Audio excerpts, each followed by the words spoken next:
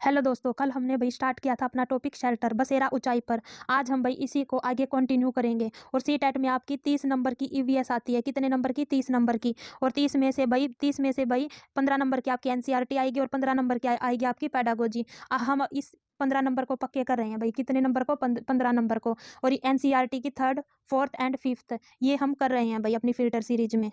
ये तीनों क्लास हम इसको पक्का पक्का करेंगे और 15 नंबर को अपने सेव करेंगे। मैं हूं गौरव जानी। इसके बारे में हमने पढ़ लिया था। उसने मुंबई से दिल्ली तक का सफर 1400 किलोमीटर का रास्ता 3 दिन में पूरा किया था भाई।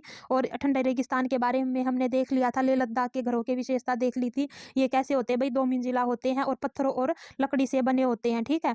और आगे हमने दुनिया की चोटी पर लोगों का बसेरा देख लिया था। और आज हम पढ़ेंगे भाई चांगप्पा जनजाति के बारे में। यहाँ से भाई पेपर में पक्का, देखो भाई दे रखा है पेपर में पक्का एक क्वेश्चन यहाँ से बनता है जो आज हम करेंगे। पश्मीना ऊन के बारे में पढ़ेंगे और चांगप्पा जनजाति के बारे में पढ़ेंगे। देखते हैं भाई। चांगप्पा, वहां मैं मिला नामग्याल से, उन्हीं से मुझे चांगप्पा के बारे में पता चला। ये बोल रहा है कि मैं एक व्यक्ति से मिला जो क्या है भाई, नामग्याल का एक व्यक्ति है। और उसी से मैं मिला और उसी से मुझे क्या पता चला? चांगप्पा के बारे में पता चला। इतने बड़े इलाके में सिर्फ 5,000 लोग रहते थे भाई। जो चांगप्पा है वो घूमतू लोग होते हैं। एक जगह से दूसरी जगह तक भाई घूमते रहते हैं। वो एक जगह टिक कर नहीं रहते। अपनी भेड़ बकरियों के झुंड को लेकर पहाड़ों में हरे मैदानों की खोज में भाई वे घूमते रहते हैं। क्या करते हैं? अपनी भेड़ बकरियों को लेते हैं, झुंड में रहते हैं और पहाड़ों पर चले जाते हैं हरे मैदानों की खोज में। इन्हीं जानवरों से इन्हें अपनी जरूरत का जितना भी सामान होता है भाई जरूरत का, वो इन्हीं बकरियों से मिलता है। जैसे दूध, मांस, टेंट के लिए चमड़ा, स्वेटर, कोट के लिए ऊन आदि।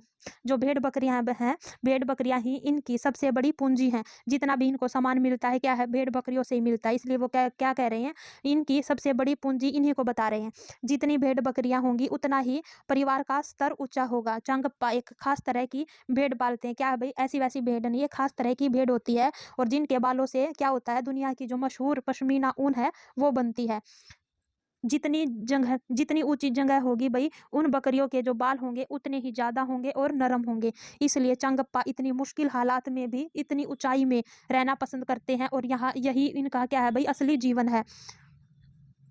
मैं मोटरसाइकिल पर तो अपना थोड़ा सा ही सामान लाया था। ये क्या कह रहा है भाई? मैं अपना मोटरसाइकिल पर थोड़ा सा ही सामान लेकर आया था। लेकिन ये लोग कौन से लोग भाई? चांगप्पा जनजाति के जो लोग हैं वो लोग, वो अपने जो घर और सामान क्या है भाई, घोड़ों और याक पर लाद कर घूमते रहते हैं। पूरा घर मतलब जो भी उनका जरूरत का सामान होता है भाई, वो जो घोड़ों और याक पर लाद कर घूमते रहते हैं। जब आगे बढ़ना हो तो ये सिर्फ 2.5 घंटे में अपना डेरा समेट कर निकल पड़ते हैं भाई। इनको आगे भी बढ़ना होता है, एक जगह तो ये टिक कर रह नहीं सकते, ये घूमते फिरते रहते हैं। ये कह रहा है कि इनको आगे बढ़ना होता है तो ये सिर्फ 2.5 घंटे ही लगाते हैं, अपना सारा डेरा समेटते हैं और आगे बढ़ जाते हैं। जहां ठहरना हो वहां कुछ ही देर में वे अपना टेंट गाड़ देते हैं और तैयार हो जाता है इनका घर। ये कह रहा है कि इनको जब आगे बढ़ना होता है सिर्फ कितना 2.5 घंटे में अपना सामान लाते हैं और आगे बढ़ जाते हैं। और जहाँ कहीं ठहरना होता है सिर्फ ये कुछ ही समय में अपना टेंट गाड़ देते हैं और तैयार हो जाता है इनका घर। आपका स्वागत है कहते हुए जो नामग्याल नाम का व्यक्ति होता है वो कहता है, मुझे अपने बड़े तिकोने टेंट में ले गया। जो नामग्याल है वो अपने टेंट में इसको ले गया। और ये अपने टेंटों को क्या कहते हैं भाई? रेबो कहते हैं। ये आया हुआ है पेपर में, देखो भाई मैंने हाईलाइट भी कर रखा है पेपर में भाई। ये आया हुआ है क्या? रेबो। तिकोने टेंट के बारे में पूछ लेते हैं। और ये पूछ लेते हैं इनकी जो ये पट्टियां होती है 9 डंडियों के सहारे जमीन पर बंधी होती है और 2 फुट गहरा गड्ढा गाड़ कर ये खोद कर इसको गाड़ते हैं। ये सारे के सारे भाई हाईलाइट किए हुए हैं और ये पेपर में आए हुए हैं पहले। ये क्या है भाई? तिकोने टेंट में ले गया और ये अपने टेंटों को क्या कहते हैं? रेबो कहते हैं। याक के बालों से बुनाई करके चांगप्पा पट्टियां बनाते हैं। जो याक के बाल होते हैं उन्हीं से बुनाई कर करके अपनी ये क्या करते हैं? पट्टियां बनाते हैं, जिन्हें सील कर जोड़ देते हैं। पट्टियों को बनाते हैं और उनको भाई सील लेंगे, सील कर जोड़ लेंगे। और ये बहुत ही क्या होती है भाई? मजबूत होती है। मजबूत होंगी तभी तो ये टेंट बनाएंगे। और गर्म भी। मैंने देखा कि वे पट्टियां क्या है भाई? पट्टियां होती हैं 9 डंडियों के सहारे जमीन पर बंधी थी। 9 डंडियों के सहारे जमीन पर बंधी थी। और टेंट लगाने से पहले जमीन में 2 फुट गहरा गड्ढा खोदते हैं भाई। 2 फुट गहरा गड्ढा खोद लेंगे और फिर गड्ढे के आसपास की ऊंची जमीन पर टेंट लगाते हैं। ये नहीं भाई नीची जमीन पर, ऊंची जमीन पर टेंट लगाएंगे। टेंट में घूमने पर मैंने पाया कि वह बहुत ऊंचा था। क्या था भाई? टेंट बहुत ऊंचा था और मैं आराम से सीधा खड़ा हो सकता था। अपने टेंट में मैं ऐसा नहीं कर पाता था। जो वो खुद से टेंट लगाता था भाई वो ऐसा नहीं कर पाता था, खड़े नहीं हो पाता था और आराम से ऐसा मतलब नहीं ठहर सकता था उसमें।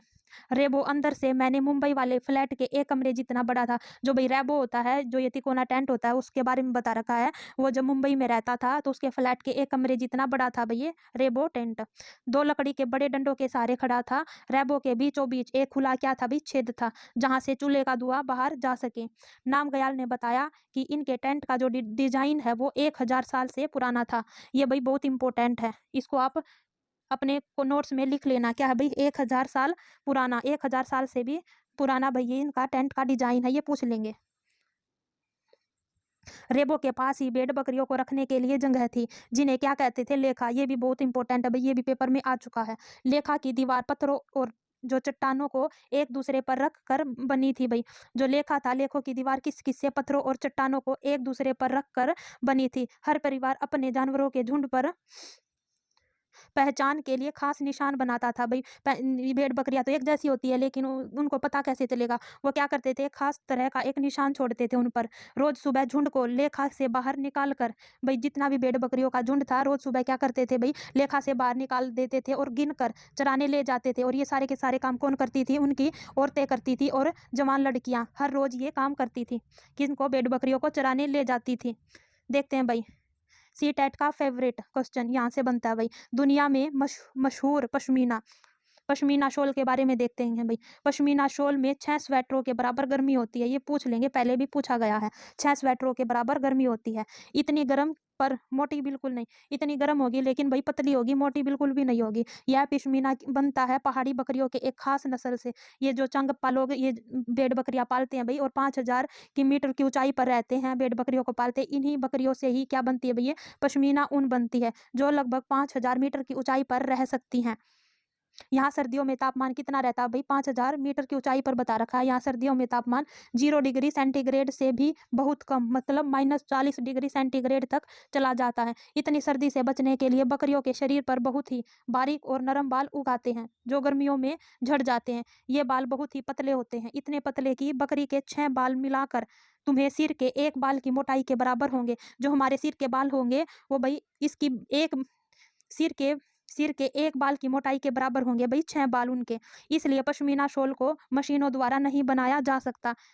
इनको क्या करते हैं भाई, बुनाई हाथों से करनी पड़ती है, और बुनाई करने के लिए खास बुनकर होते हैं भाई इनके। ये ऐसे ही नहीं है कि कोई भी बुन ले, खास बुनकर होंगे। अगर एक बुनकर 250 घंटे बुनाई करे, तब जाकर एक साधारण पश्मीना शॉल तैयार होती है। ये पूछ लेंगे भाई कितना समय लगता है, कितने घंटे? 250 घंटे लगेंगे भाई। इतनी मेहनत सोचो, अगर डिजाइन वाली शॉल बुननी हो तो कितने दिन लगेंगे? वैसे नॉर्मल शॉल में भाई 250 घंटे लगेंगे, और कोई डिजाइन वाली शॉल बुननी हो तो आप सोच सकते हैं कितना समय लगेगा भाई। यही है इसके पश्मीना शॉल के बारे में। आज का भाई हमारा टॉपिक यही खत्म होता है। आगे हम इसी सीरीज को भाई आगे ऐसे ही कंटिन्यू करेंगे जब तक आपका सिलेबस कवर नहीं हो जाता। अगर आपको भाई ये सीरीज अच्छी लगे तो लाइक सब्सक्राइब जरूर करना, अपने दोस्तों के साथ शेयर करना। थैंक यू, धन्यवाद।